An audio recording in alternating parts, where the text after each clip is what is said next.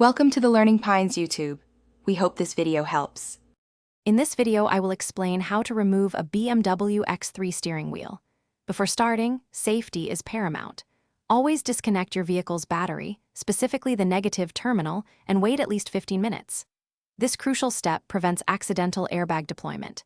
Next, ensure your steering wheel is perfectly straight and locked. This helps maintain alignment for a smooth reinstallation process later on. Finally, gather your tools, including a Torx bit set and a flathead screwdriver.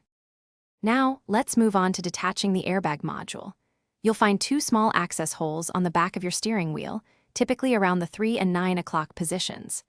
Carefully insert a flathead screwdriver into each hole to release the retaining springs that hold the airbag in place. Once released, gently pull the airbag module away from the steering wheel. Remember to disconnect the two electrical connectors with extreme care before fully removing the module. With the airbag safely removed, the next step is to detach the steering wheel itself. You'll see a large central bolt securing the wheel. Use a Torx T50 bit with a ratchet to loosen and remove this bolt. Before pulling the wheel off, it's a good idea to mark its position relative to the steering column. This ensures perfect alignment when you reinstall it. Then, gently pull the steering wheel straight off the spline shaft, making sure all remaining electrical connectors are free.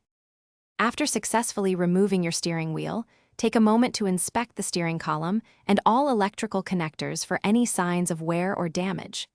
Keep all your removed components organized and in a safe, clean spot to prevent loss or damage.